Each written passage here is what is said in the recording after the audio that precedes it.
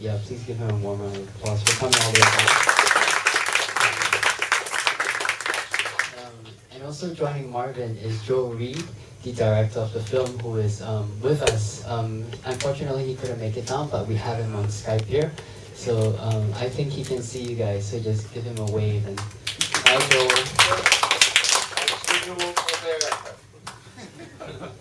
Also on the panel, we have film historian Ben Slater.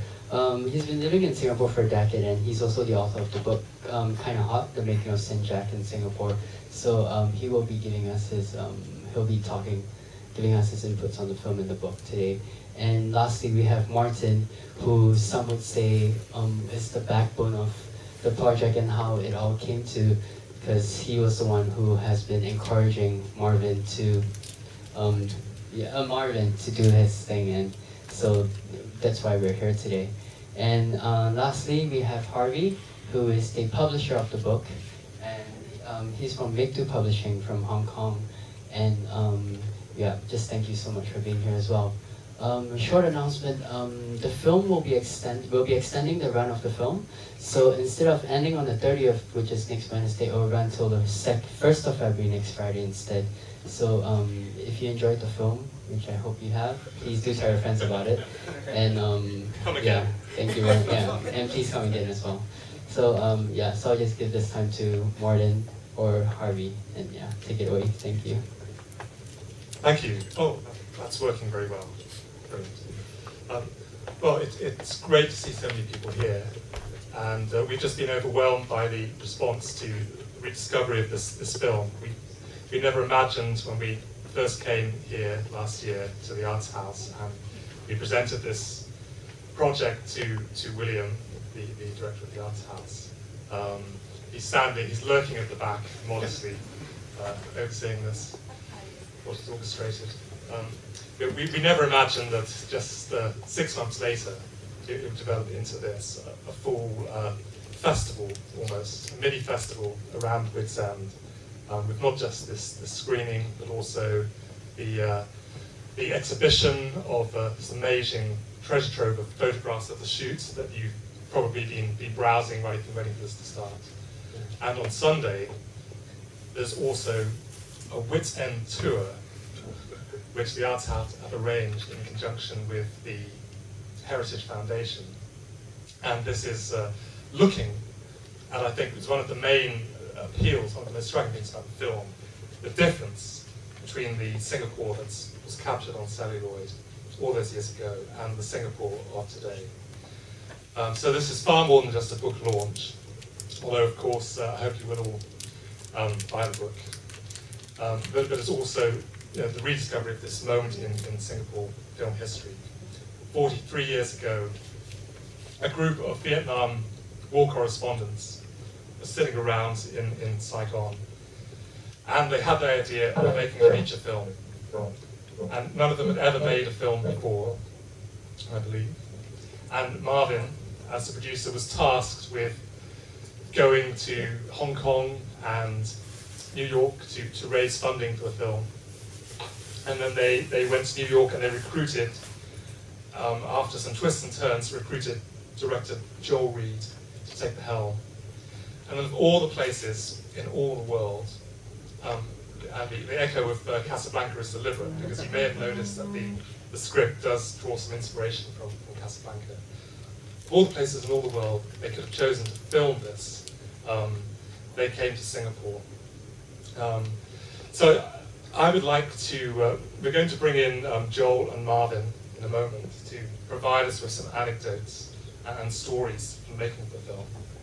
But I'd like to start by asking them just how it is that this masterpiece of film history has been overlooked for so long.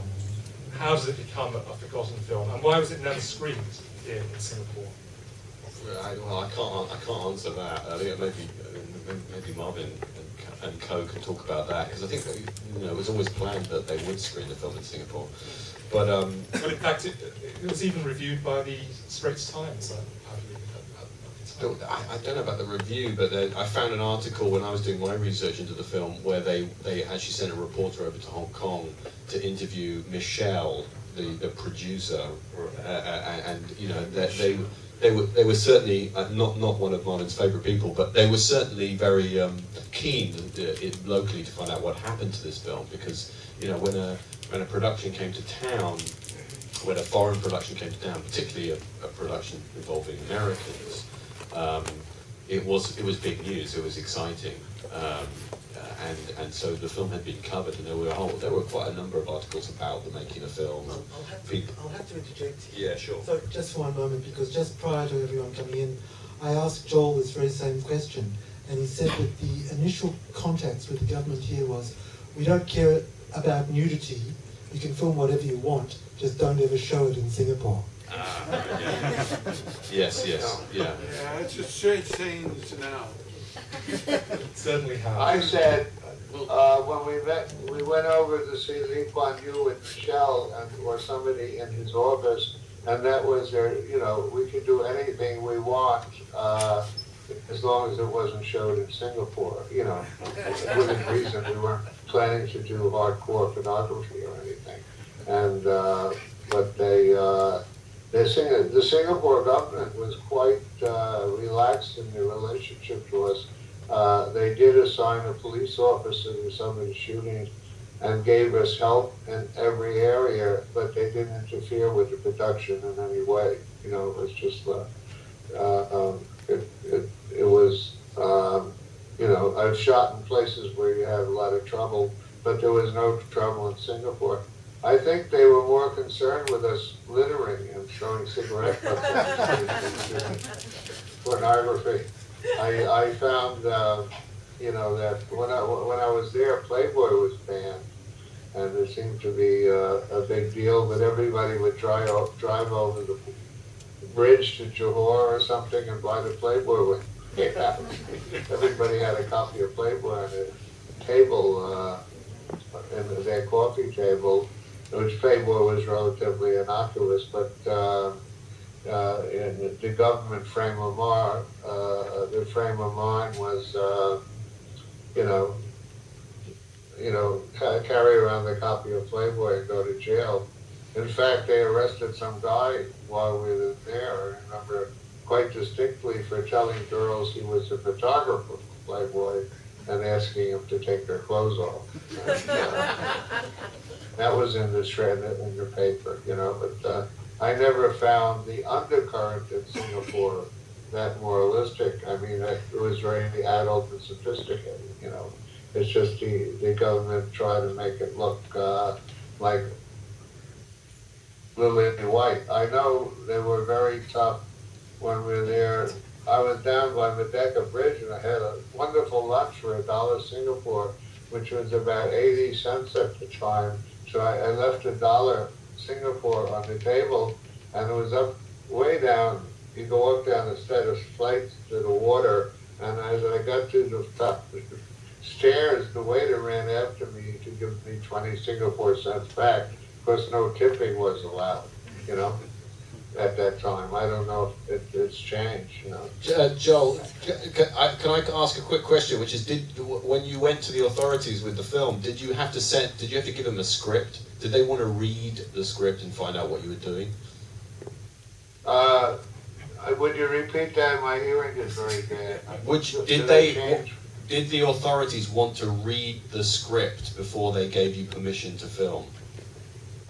Oh, when I read it, see, there's a mistake. I didn't write that script. David Young wrote that script, and it was basically Casablanca,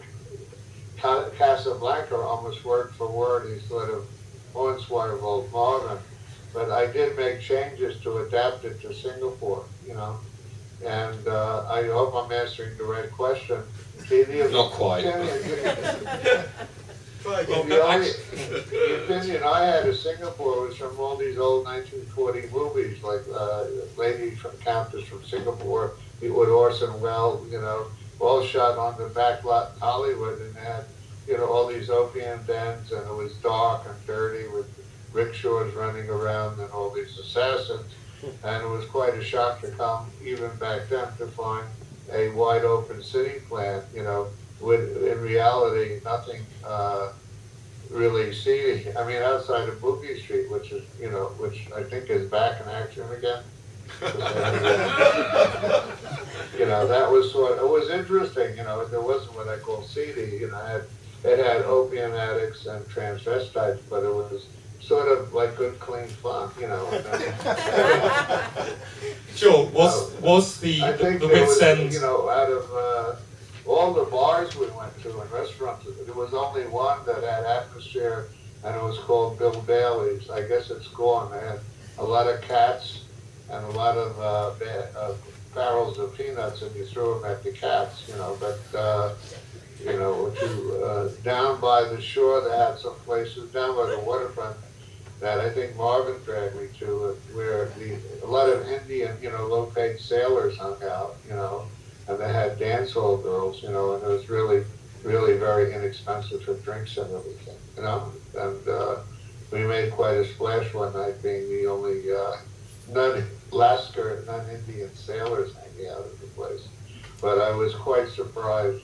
If I had spent a few months in Singapore prior, I would have written an entirely different script, because the city deserves something more, it could have been a city in transition type thing, but the big thing is I met Marvin and we became fast friends for the rest of our lives, which we're still tottering around, together, Marvin is a wonderful guy to associate with. He has several vices, all involving candy and ice cream. Other people are out looking for a more sublimate adventure. He's looking for an ice cream parlor or a candy store. Joel, can I just, you mentioned there that the script was originally written by a person called David X. Young. And I think, Ben, could you maybe explain who David X. Young was and how he fitted into this project? Because Joel was not the first choice for director for this film, I believe. Well, I mean, I think these stories are told and retold in Marvin's book, and he's got a lot of detail about that, so people can pick that up. But David X. Young was a kind of artist. He was a visual artist Yes. who was very closely associated with the kind of free jazz scene in New York in the 60s. But he wanted to be a filmmaker, and he made an experimental film, which I think Marvin was quite impressed by. One film he made with his wife, Aximo. He made one film in his life, and you had to watch it. Marvin introduced me to him, and he was the ultimate hippie. And he lived in a loft on Canal Street, and was bombed out of his mind all the time. You had to watch Claximo. And later on became noted as a jazz master.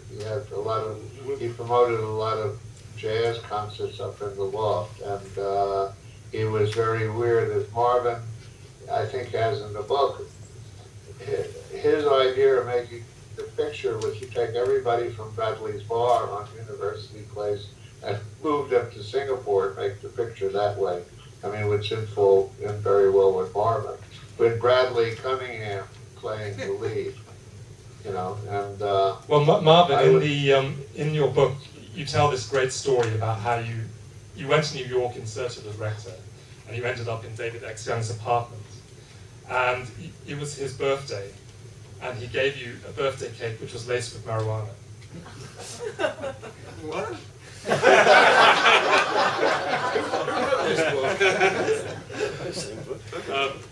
Obviously, it's very good marijuana.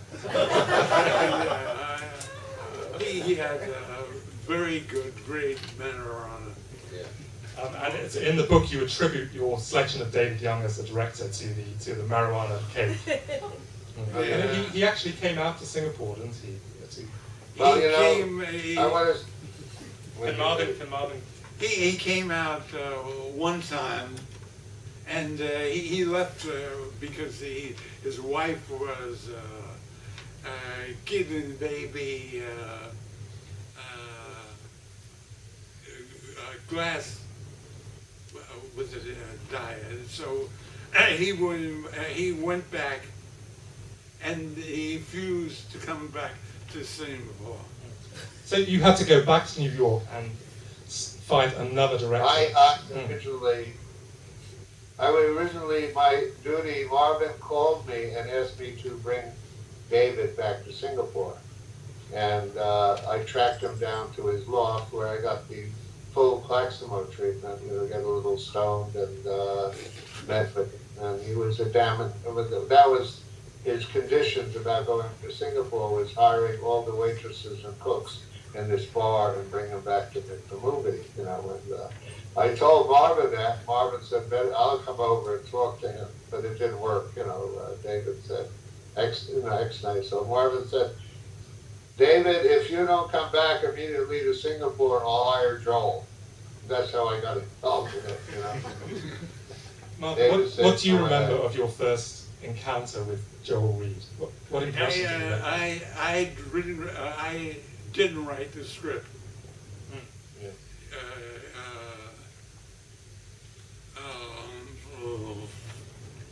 David Jones wrote the script based on a script by Ian Ward and Keith Lawrence, and I have it here. And this had a whole thing with a sultan of Malaysia and an army of 2,000, and it's impossible to make because it was lousy, And then David Young basically copied Casablanca. If you study the movie, you see how similar it is to Casablanca. And most of my original rewriting is just disguising it, I want to have a comment about Marvin on marijuana. When we shot the scene on the Keelong, the fishing trap, we had an opium pipe supplied by the Singapore police, and it was nice and brand new, and so I didn't know anything about opium, so I said, let's put some tobacco in it. And everybody said, that's not opium, you have a ball of opium. So I said, how do we get opium? And the policeman that brought it over said, we'll leave. And as soon as they got on the boat, the fishermen took out their opium, and lit up, in the pipe. And it was such a tiny, confined space that I really got high. When we climbed down the ladder, I was ready to die from the water floating, I think Marvin was a little high too then. That really, you couldn't avoid it. It was a little tiny place, Marvin, I don't think anybody holds it against you. The whole group blasted out of their mind. Ben, in your afterwords of the book, your closing line is, there's no film quite like Wits End. How do you see it fitting into the sort of continuum of Singapore film history? Is it just totally a film apart, or are there any antecedents? Well, after independence, as Joel said, prior to the kind of World War II, and even around that time, there were lots of movies made in Hollywood that were set in Singapore, but actually filmed in Hollywood, in studios, where they sort of recreated this sort of fantasy of this exotic, tropical, colonial, sleazy place, although it's sleazy, in a very kind of Hollywood-coded way, dancing girls, etc. But then after the war, and especially after independence, you start seeing a number of foreign productions coming into Singapore and actually using it as a location. And these are mostly European spy movies, kind of like James Bond rip-offs, effectively. And there's about 5 or 6 that I've tracked down of these films that came and shot 1 or 2 scenes in Singapore, some a little bit more.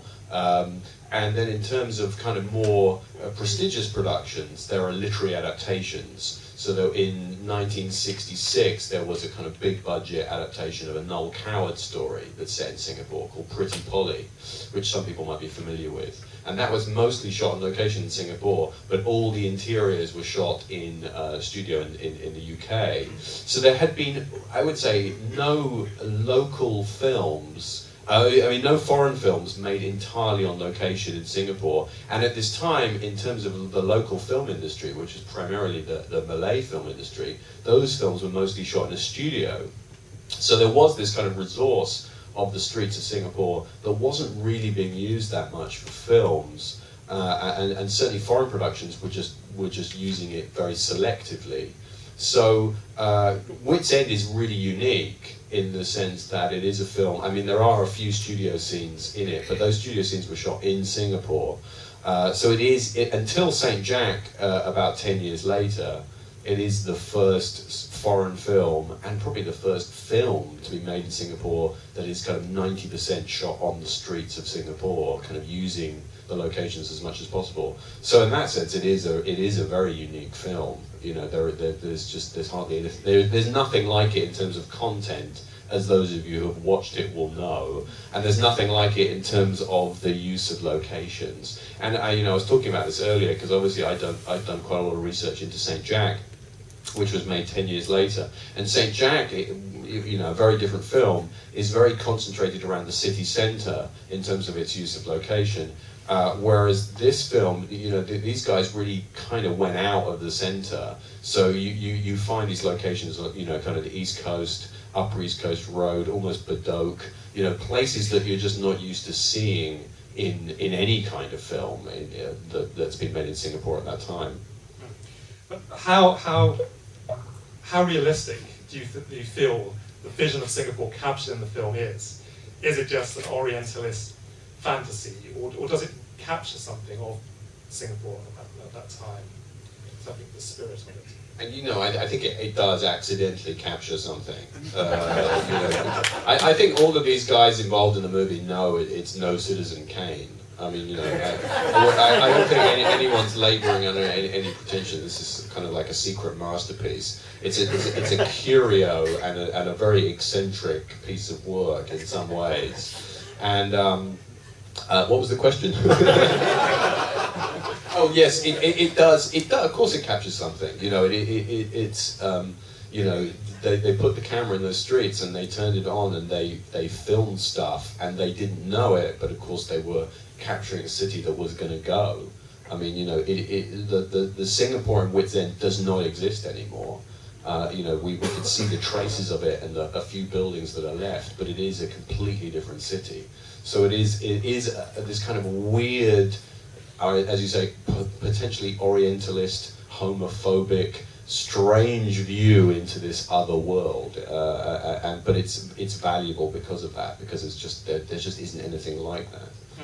And one interesting thing is that everything in the film is real. The hookers, I believe, are real hookers. The guns are real guns. Even the mafia boss apparently is played by a real triad boss. Well, maybe we can ask John what he thinks that. We got the guns from the police force. They were real. And the bullets. Martin, can I bring up this thing? Okay. Ben's alluded to the very distinctive personality of this film. There's the blend of sex and violence and sort of cartoonish elements as well. You've known. Mark? Okay, we've got you back, Joel, but just Hello. stand by, Joel. You've known Marvin a long time. I believe you also know some of the other people who were involved in the film. You can hear me, but we lost that.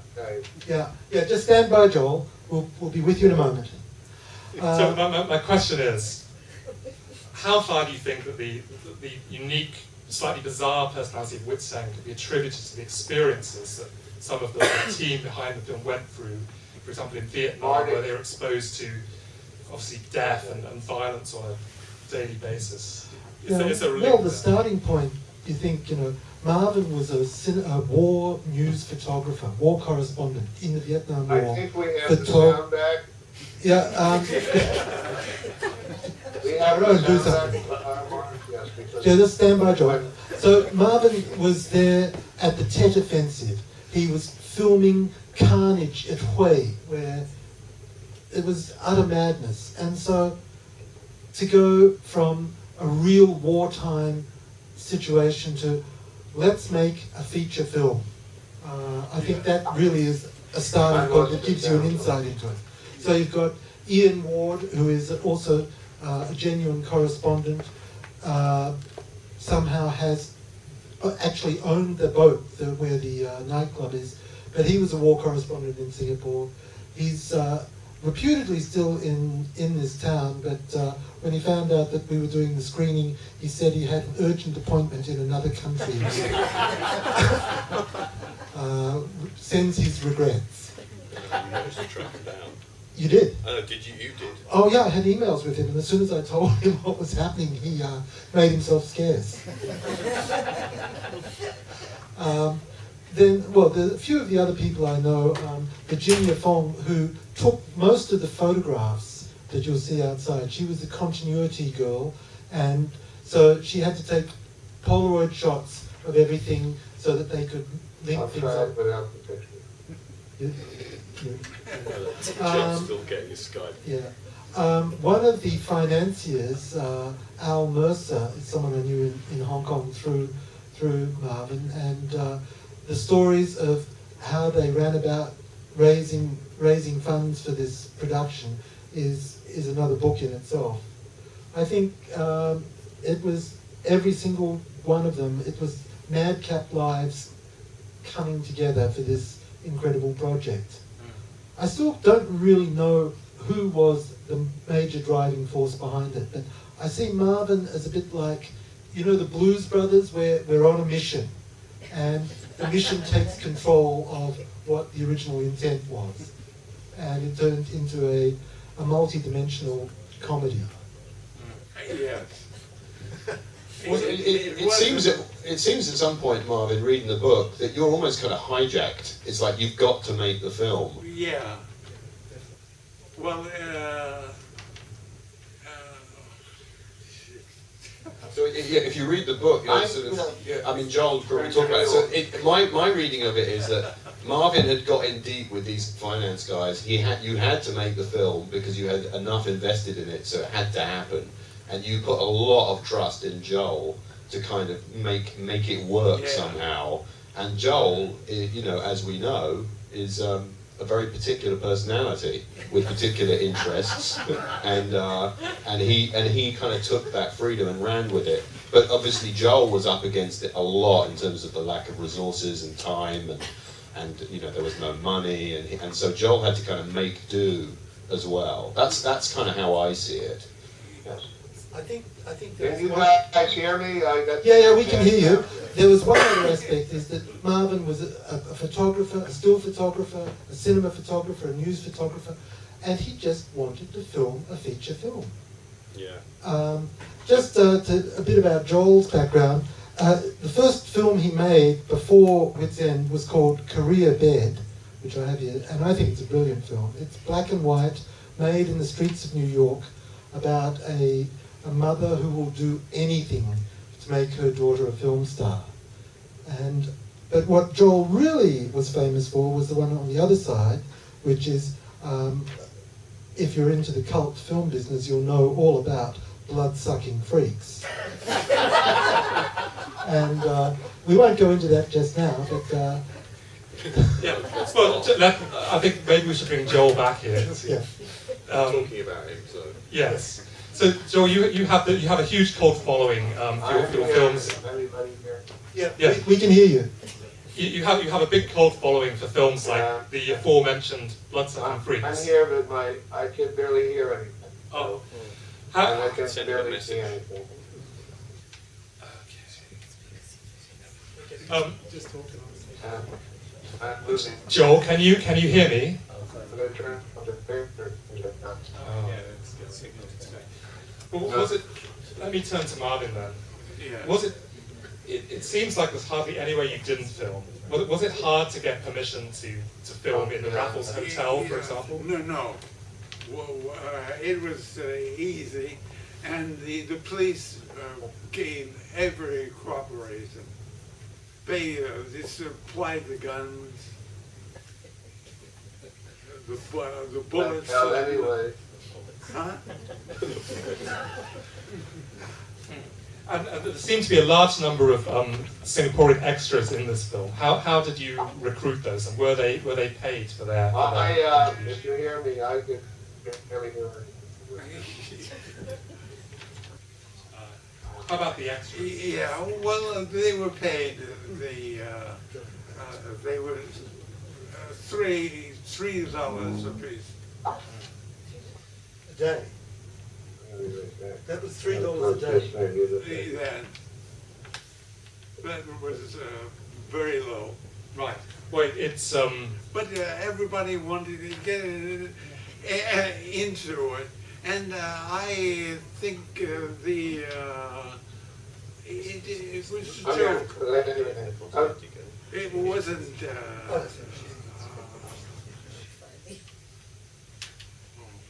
Yeah, it was a light-hearted thing. So, what did you think about the finished film when you sat down and watched the final? Oh, Jesus. I looked at it, I didn't want to look at it. I wanted to walk out and But has time mellowed your view? Watching it again today, do you feel better about the film than you did then? well, Singapore,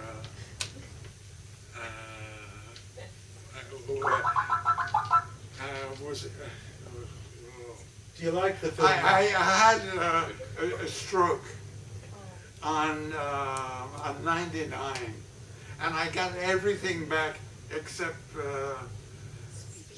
talking. So, Marvin, do you like the film now? What? Do you like the film now? Yes.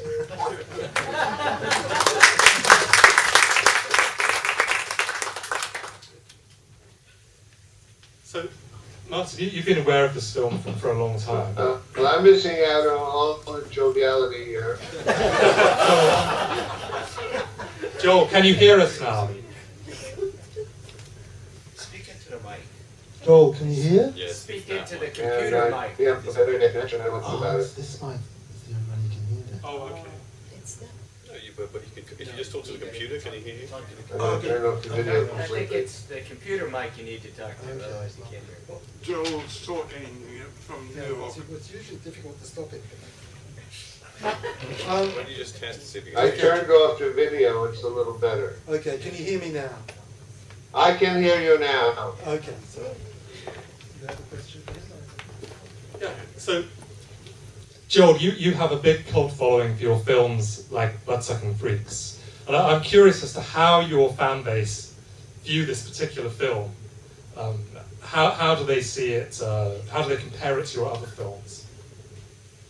Well, you're gonna have to repeat the Why don't you question. repeat it? Okay, so you've got a big fan base in the cult movie industry, but Wits End is not really in that genre. How do your cult movie fans view Wits End? I actually, because Wits End doesn't have any naked girls being tortured, it sort of leaves them cold.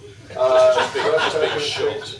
Has a lot of goth kids. I have a lot of 11-year-old fans, you know, it's, and they're really into very weird movies, and that Bloodsucking Freaks is weird. And there is a small group of people that think Wits End is one of the greatest movies he ever saw. I mean, even I found another review of it which lauded me, and what a great, you know, movie. Variety thought it was a great retro sort of film noir and all that crap. You know, my friend was the reviewer, but there was another recent one. But most people said this haphazard, silly mess, you know, and things like that. I mean, it's, you know, I should have, what Tom Keener said, we should have stopped and written another script, you know, instead of having a bar where Humphrey Bogart is running and his old girlfriend comes into town, this time with his, an atomic scientist are smuggling in out of China, you know. It's interesting that the scientist, the guy that played Vicky Racimo's boyfriend was a Tong member who was shooting in the neighborhood, and he came over with some of his cohorts to shake us down for some money. And I hired him for the movie because he looked so tough. So we never had any trouble. We never gave anybody